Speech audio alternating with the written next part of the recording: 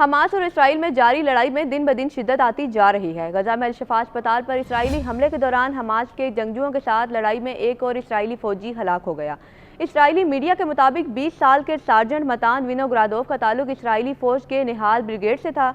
Reports के मुताबिक गजा में ज़मीनी कार्रवाइयों के दौरान हमास के जंगजुओं के हाथों हलाक होने वाले इसराइली फौजियों की तादाद 250 हो गई है, जबकि सैकड़ों इसराइली फौजी शदीद जख्मी हैं, जिनमें से दर्जनों इसराइली फौजी माजूर हो चुके हैं। इसराइली फौज हमास पर किए जाने वाले हमलों में अपने ही शहरियों को मौत के घाट भी उतारने लगी है। इसराइली फौजी हुकाम ने गुज़िश्ता रोज़ दावा किया है कि हमास के जंगजुओं पर हमले के दौरान हमास की कैद में मौजूद इसराइली फौजी अफसर हलाक हो गया। इसराइली फौजी हुकाम का कहना है कि कैप्टन डैनियल पेरिस का ताल्लुक जनूबी अफ्रीका से था, लेकिन वो 2014 में अपने अहले खाना के हमरा इसराइली इलाके याद बिन यामेन में आकर बस गया था।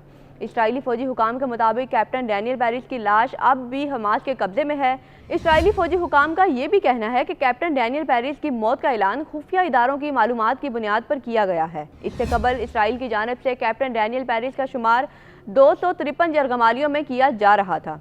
दूसरी जानिब गजा में इसराइली बर्बरियत का सिलसिला इंतहा को पहुंच गया है। इमदाद में तकसीम करने वाली टीम पर इसराइली फिजाई हमले में कम अज कम 23 अफराद शहीद हो गए। अरब मीडिया के मुताबिक फ़लस्तीनी न्यूज़ एजेंसी ने मकामी ज़राए का हवाला देते हुए बताया कि वस्ती गजा में नसीरात पनाह गज़ीन कैंप पर इसराइली फिजाई हमले में शहीद होने वालों की तादाद 27 हो गई है। इससे कबल इसराइली फ़ौज की जानिब से कैंप में 3 मंजिला रिहायशी इमारत पर बमबारी भी की गई थी। हमले में जख्मी होने वालों को देरुल बला के अल-अक्सा शुहदा अस्पताल ले जाया गया।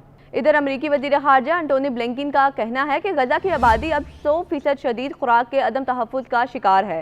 तारीख में इस तरह की ये पहली मिसाल है। गैर मुल्की खबर रिसां इदारे की रिपोर्ट के मुताबिक व्हाइट हाउस की तर्जुमान क्राइन जैन पेयर ने गजा में कैद की खबरों के बारे में गहरी तशवीश का हवाला देते हुए कहा कि अमरीकी और इसराइली हुकाम मुमकिना तौर पर अगले हफ्ते के अवाइल में वाशिंगटन में मुलाकात करेंगे, जिसमें रफ़ा में इसराइली फ़ौजी ऑपरेशन पर बातचीत होगी।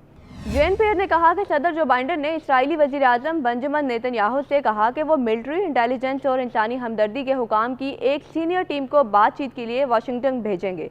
अक़वाम मुत्तहिदा के सेक्रेटरी जनरल एंटोनियो गुतेरेस ने भी गजा में कैद के खतरे से मुतालिक रिपोर्ट को खतरनाक फर्द जुर्म करार दे दिया। एंटोनियो गुतेरेस का कहना है कि गजा में कैद की सूरत हाल मुकम्मल तौर पर इंसान का पैदा करदा अलमिया है। गजा में कैद के बढ़ते खतरे को रोका जा सकता है। इसराइल इमदादी सामान की फराहमी को पूरे गजा में मुमकिन बनाए। अक़वाम मुत्तहिदा की हमायत से जारी करदा IPC की रिपोर्ट में कहा गया है कि कैद की निशानदेही करते 3 में से 2 आसार खुराक की मजमूई कमी और ग़िज़ाई किल्लत गजा में नज़र आ रहे हैं। अक़वाम मुत्तहिदा की रिपोर्ट में कहा गया है कि गजा में फ़लस्तीनी बदतरीन भूख का सामना कर रहे हैं। 11 लाख से ज़्यादा अफराद को खाने पीने की शदीद किल्लत का सामना है। शमाली गजा और दीगर इलाकों में वस्त मार्च से मई के दरमियान कैद का खतरा बढ़ गया है। इधर इसराइल और हमास के दरमियान गजा में आर्जी जंगबंदी और कई महीनों में पहली बार कैदियों की रिहाई के मुमकिना मुआहिदे की तफसीलात पर बातचीत शुरू होने के बाद सूरत हाल बदस्तूर गैर यकीनी है।